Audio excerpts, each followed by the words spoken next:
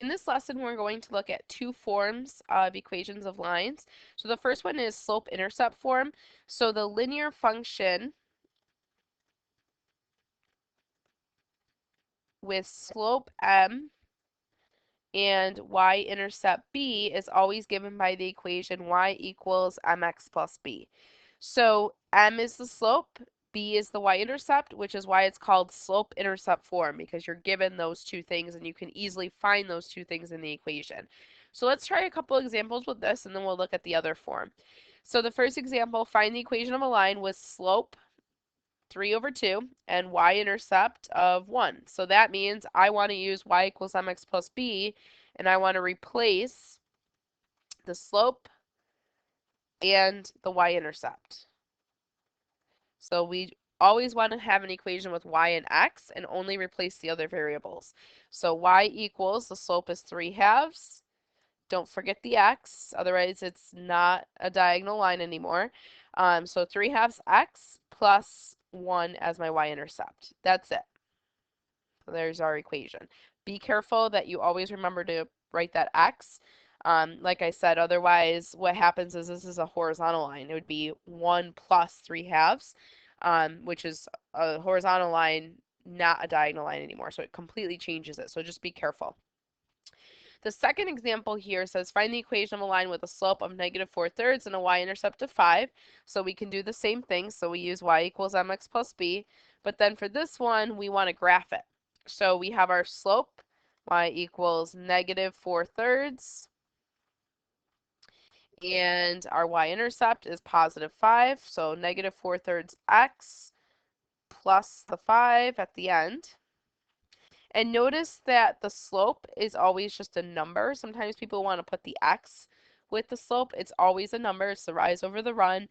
But in the equation, the x is next to it because it affects the x.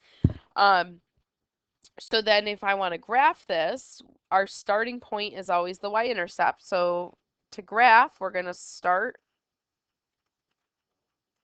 at y-intercept. So this is going to be +5. So this is for graphing. So start up at 5 on the y-axis, and then you're going to count your slope.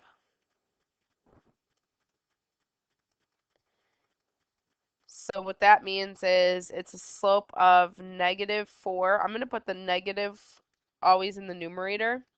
It's really out in front. It could be in the denominator, but like I said, I always like going to the right on graphs.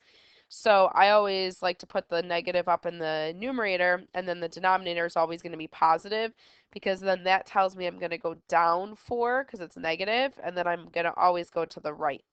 Again, doesn't matter. That's just my personal preference.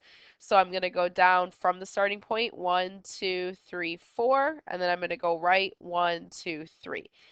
Now, let's say I couldn't go that direction, like if I were trying to go left, I wouldn't be able to go up 4 and left 3 because there's no more space. So just go reverse, just go the opposite direction and then it'll work. So then if I continue down 1, 2, 3, 4 over 1, 2, 3, it'll end up somewhere over there. So then I'm gonna connect this, and you always want your lines to fill out your graph. So notice that I went to the point where I was off the graph. You don't need to do that, but you always want to make sure that you're graphing all the way through the graph. So using the entire grid, not just connecting these 2 points here. So use a straight edge to connect those 2 points, but continue your line off the graph. And then you should have arrows, and then we should also label. Let me try that again. So negative, oops, now I got the eraser.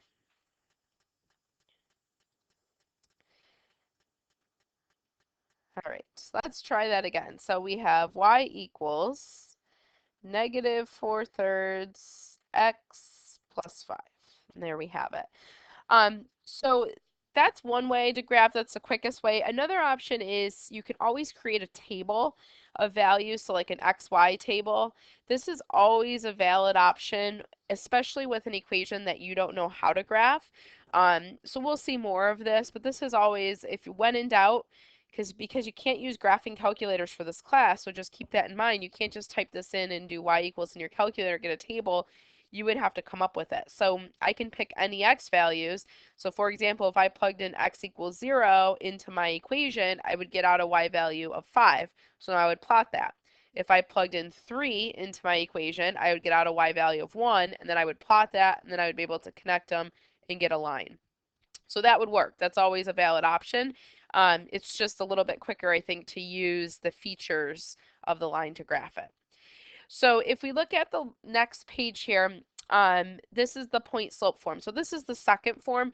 This is going to be a very helpful form for us when we start talking about tangent lines. So when we get into more calculus type stuff, this is going to be very helpful.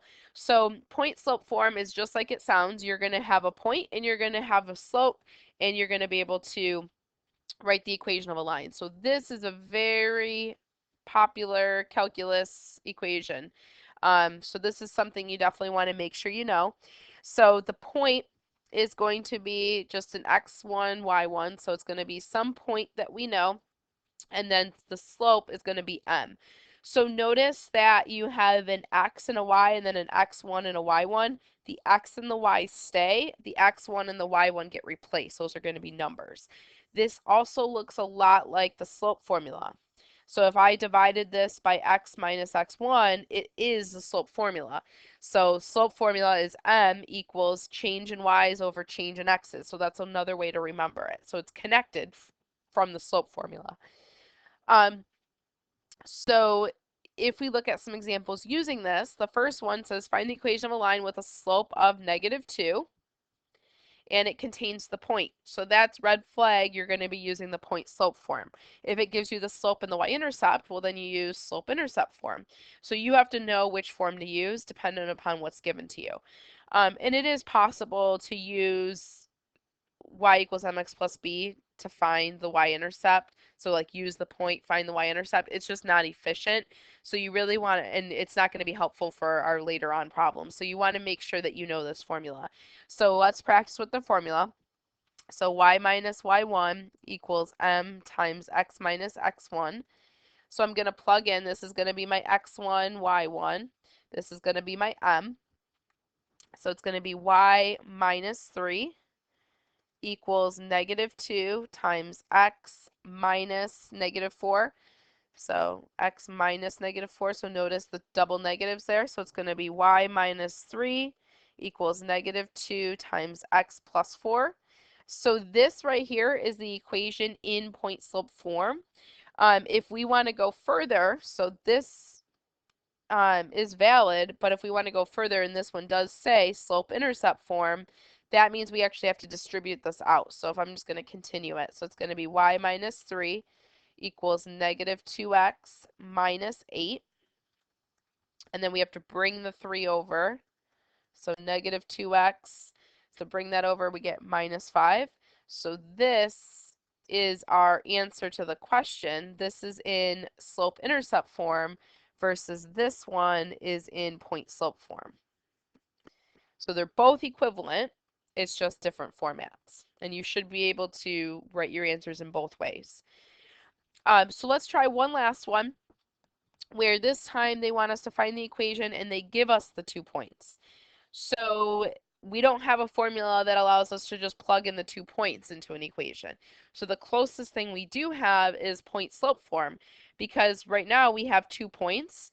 So basically if I say, well, this is going to be the point that I'm choosing to use, this is going to be my x1, y1, and I could have chose the other one, it doesn't matter. But I choose a point and then I have to first find the slope. So no matter what, when you want to write an equation of a line, you always have to know the slope. So no matter what, always have to find the slope. So that's going to be our first step. We have to find the slope first. So using our 2 points, we can find the slope. So it's just going to be the change in y's over change in x's. So I'm going to go ahead and subtract. So I have -1 minus 3. And then I subtract the x's. So I have 3 minus -3 in the same order. Remember when I'm subtracting. So -4 over 6. This is going to reduce down to -2/3. And then our second step is going to be to find the equation. So now we're going to use point slope form because now I have a slope and I have a point. And you could use, again, slope-intercept form, but we don't have a y-intercept. So we would have to find the y-intercept. It would just create more steps. And just as a little reminder here, you can pick any point.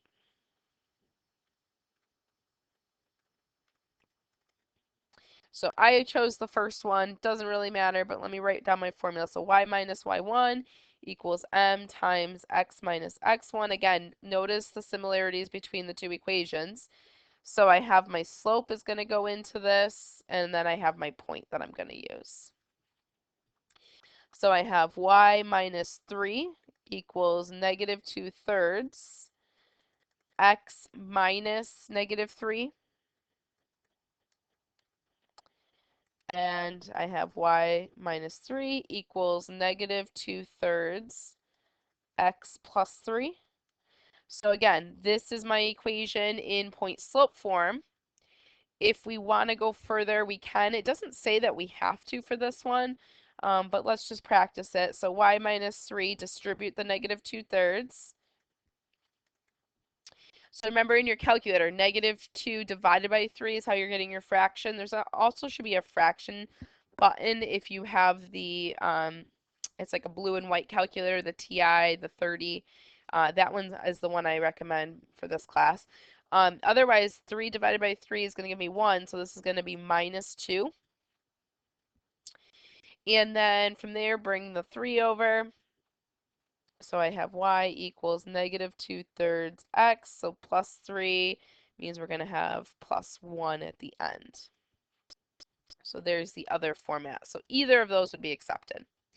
So that's it for equations of lines. So we have the two forms, and again, point slope is going to be very helpful for us in the near future.